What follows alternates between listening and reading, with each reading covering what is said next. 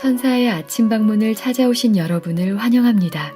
오늘도 아침 예배 말씀으로 믿음과 위로의 시간을 갖게 되길 바랍니다. 성도 여러분 안녕하십니까? 오늘도 아침 예배에 찾아오신 모든 성도님들을 진심으로 환영합니다. 세상의 원칙은 강한 자가 약한 자를 지배하는 것입니다. 그러나 신앙은 반대입니다. 강한 자가 약한 자를 도와주고 용서하고 이해하고 불쌍히 여기는 것입니다. 오늘 말씀을 통해서 약한 자를 동정하는 신앙이 무엇인지 배우는 귀한 시간 되시길 간절히 바랍니다. 이제 기도하겠습니다. 하늘에 계신 아버지, 아침 예배를 통해서 우리의 양심을 씻어주심에 감사드립니다. 간절한 마음으로 호소하시는 성령의 음성을 듣고 죄와 분리되는 귀한 경험으로 오늘 하루를 살게 하여 주시옵소서. 오늘도 권면해 주시는 목사님께 함께하여 주셔서 말씀이 온전히 선포될 수 있도록 도와주시옵시고, 말씀을 듣는 성도들 중에 몸이 불편하고 사고와 질병으로 고통당하고 있는 성도들이 있다면 주께서 치료하여 주셔서 하나님의 영광을 나타내는 삶을 살 수 있도록 인도하여 주시옵소서. 예수님의 이름으로 기도드립니다. 아멘. 안녕하십니까 성도 여러분. 오늘도 하나님께서 아주 귀한 말씀을 우리에게 또 허락해 주셨습니다. 오늘은 그리스도인의 동정에 대한 이야기를 나누도록 하겠습니다. 예수께서는 두 동관의 이야기를 하셨습니다. 주인이 1만 달란트 빚진 자를 탕감해 준 이야기 여러분들 잘 아시죠? 도무지 갚을 수 없는 엄청난 돈을 탕감해 준 것입니다. 왜 주인이 탕감해 주었을까요? 마태복음 18장 27절에 이렇게 말합니다. 마태복음 18장 27절입니다. 그 종의 주인이 불쌍히 여겨 노여 보내며 그 빚을 탕감하여 주었더니. 자, 주인이 용서해 준, 탕감해 준 이유가 무엇입니까?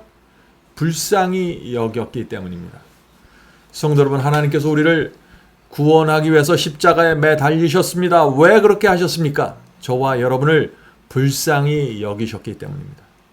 구원은 하나님의 마음속에 있는 그 불쌍히 여기심, 그것 때문에 이루어지는 것입니다. 그런데 탕감받은 자, 죄를 용서받은 자에게 하나님께서 요구하시는 것이 있습니다. 단 하나를 요구하시는 것입니다. 그것이 무엇일까요? 그것은 마태복음 18장 33절입니다. 마태복음 18장 33절. 내가 너를 불쌍히 여김같이 너도 내 동료를 불쌍히 여김이 마땅하지 아니하냐 하고. 자, 이것이 동관의 이야기에 나오는 결론의 말씀입니다. 성도 여러분, 하나님께서 우리 죄를 용서하시면서 탕감해 주시면서 요구하시는 것이 무엇입니까? 불쌍히 여기는 정신입니다. 동정하는 정신입니다.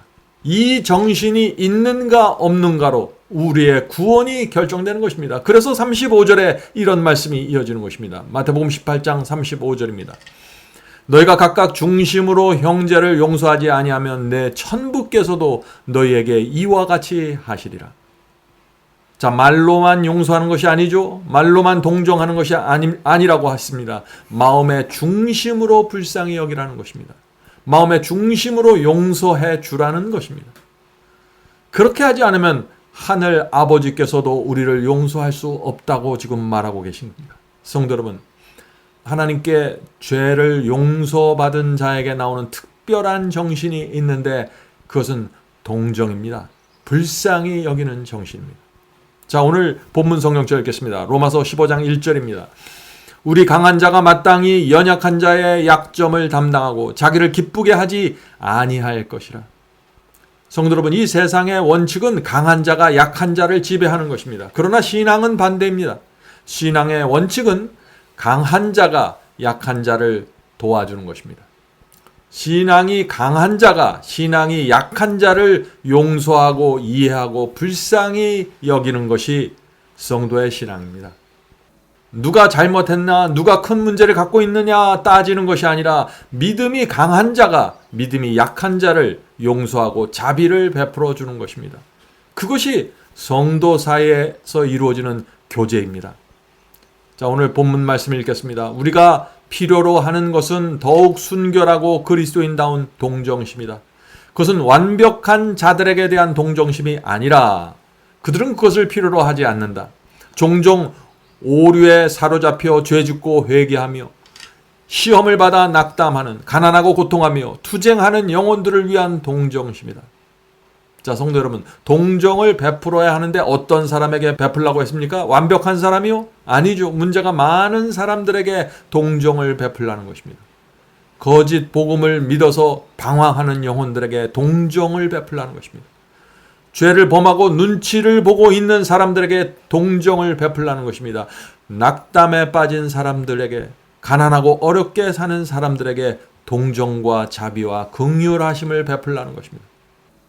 이렇게 우리가 동정하고 도와주면은 하나님께서도 우리를 동정하시고 도와주시겠다는 것입니다. 이것이 성경의 약속입니다. 성도 여러분, 동정과 자비를 베푸는 자가 하나님의 동정과 자비를 받게 되는 것입니다. 계속해서 읽겠습니다. 은혜의 결과는 영혼을 유순하게 하고 차분하게 한다. 하나님께 죄를 용서받고 성령의 은혜를 받으면은 우리 마음이 유하게 된다는 것입니다. 차분해지고 부드러워진다는 것입니다. 그러므로 온갖 냉랭한 쌀쌀함은 녹고 정복되며 그리스도가 드러난다. 하나님의 사랑만이 마음을 열고 확장할 수 있으며 사랑과 동정에 측량할 수 없는 넓이와 높이를 더해준다.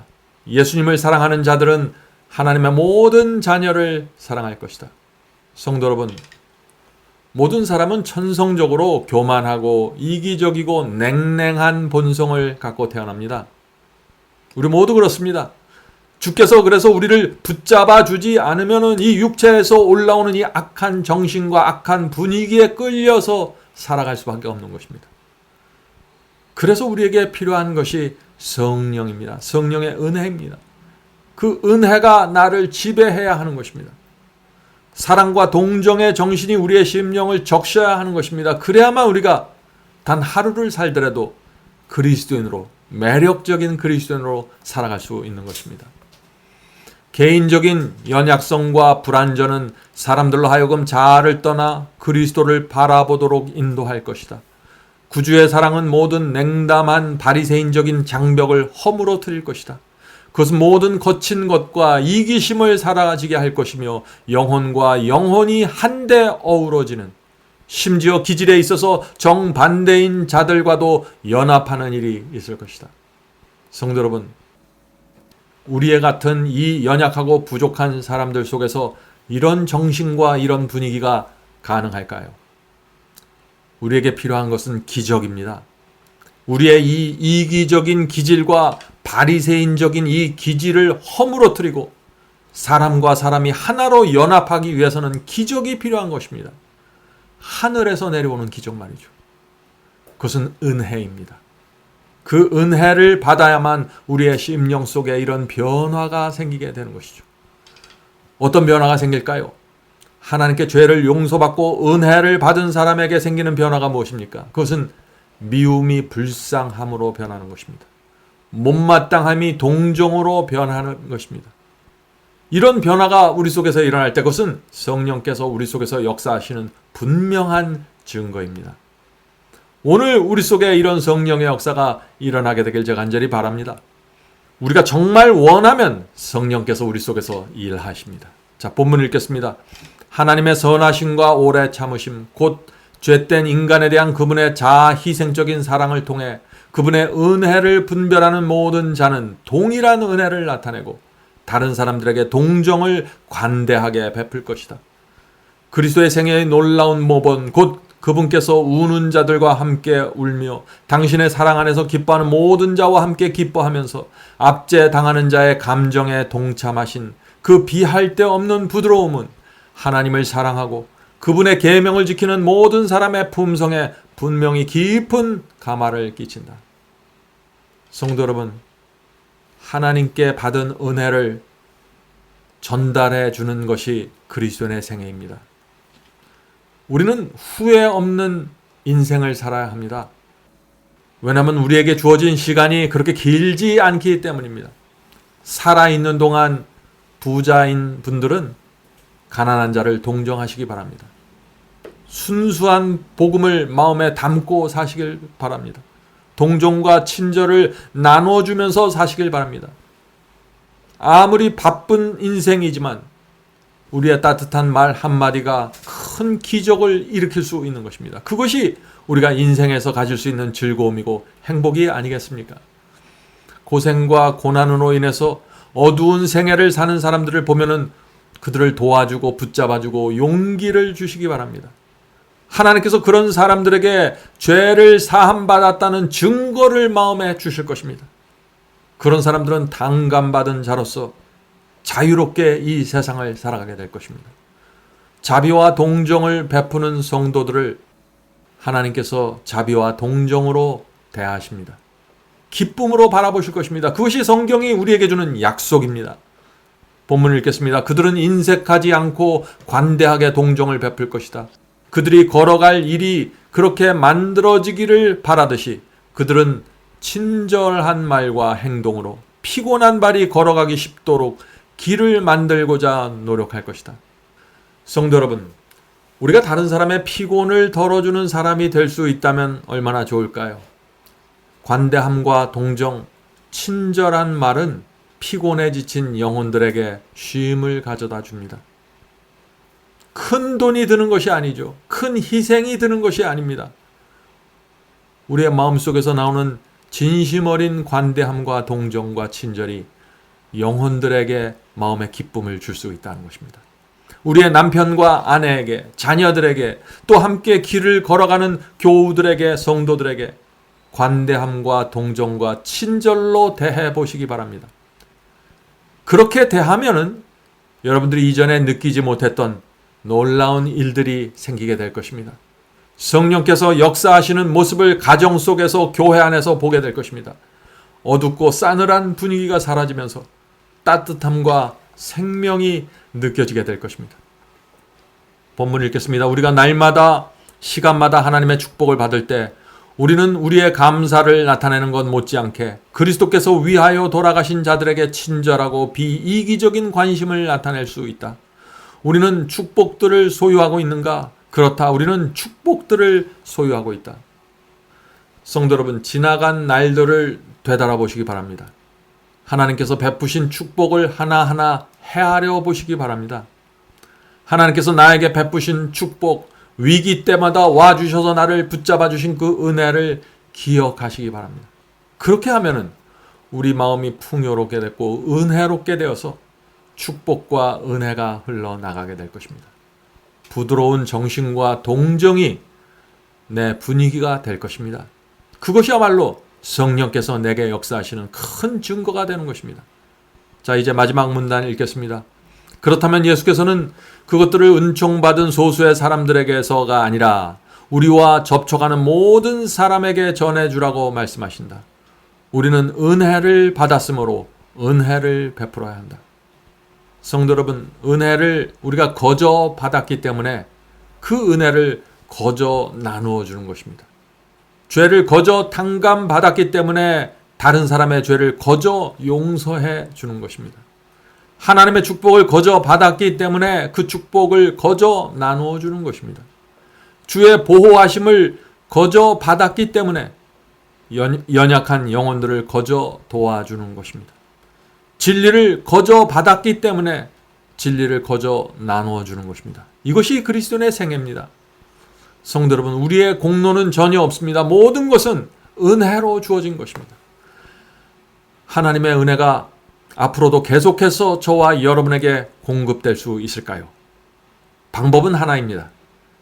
거저 받은 은혜와 동정을 우리의 가족과 교우들에게 계속해서 나누고 베풀면 됩니다. 그렇게 할 때 하나님의 은혜도 계속해서 우리에게 임하고 공급하게 되는 것입니다. 자, 이제 기도하고 마치겠습니다. 하늘에 계신 아버지, 하나님의 동정과 자비를 저희의 마음에 새겨 주시옵소서.